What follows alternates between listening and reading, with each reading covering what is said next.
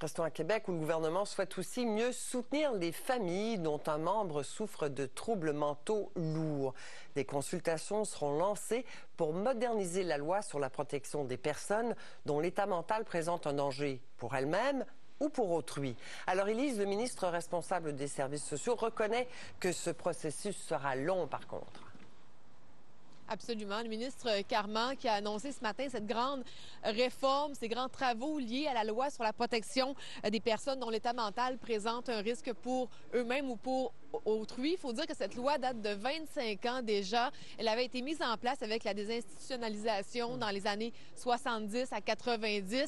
Donc, il est temps de la réformer, de la réviser, surtout avec les grandes tragédies qu'on a connues dernièrement, dont les personnes impliquées présentaient peut-être des troubles de santé mentale.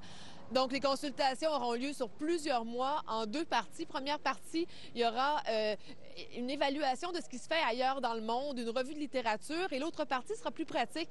On aura droit à une consultation publique menée par l'Institut québécois de réforme du droit et de la justice auprès des acteurs du milieu, notamment des psychiatres, travailleurs sociaux et autres. Je vous invite à écouter justement ce qu'avait à dire le ministre Carman quand on lui a demandé, mais en ce moment, qu'est-ce qu'on peut faire de plus pour aider justement ces familles, ces proches des personnes qui présentent des troubles de santé mentale. Voici ce qu'il avait à dire.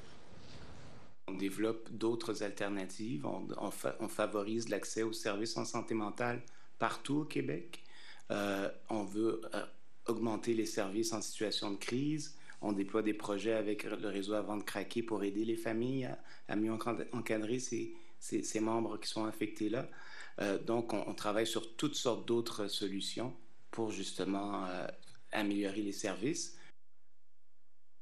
Alors les réactions sont quoi? Plutôt positives à ce plan de réforme?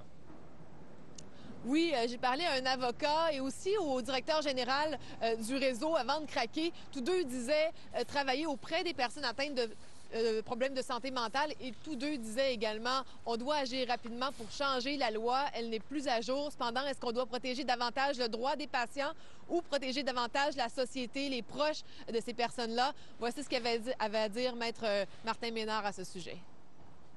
Cette mise à jour est absolument nécessaire. Ça fait quand même presque 25 ans que la loi P38 est en vigueur.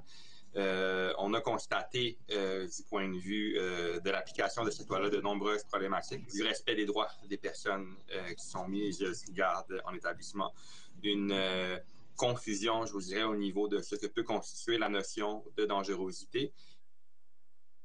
Donc, des grands travaux de réforme de la loi P38 qui pourraient prendre plus de 18 mois, là, selon l'Institut qui mènera ces travaux. Merci beaucoup, Élise Allard. Au revoir. Au revoir.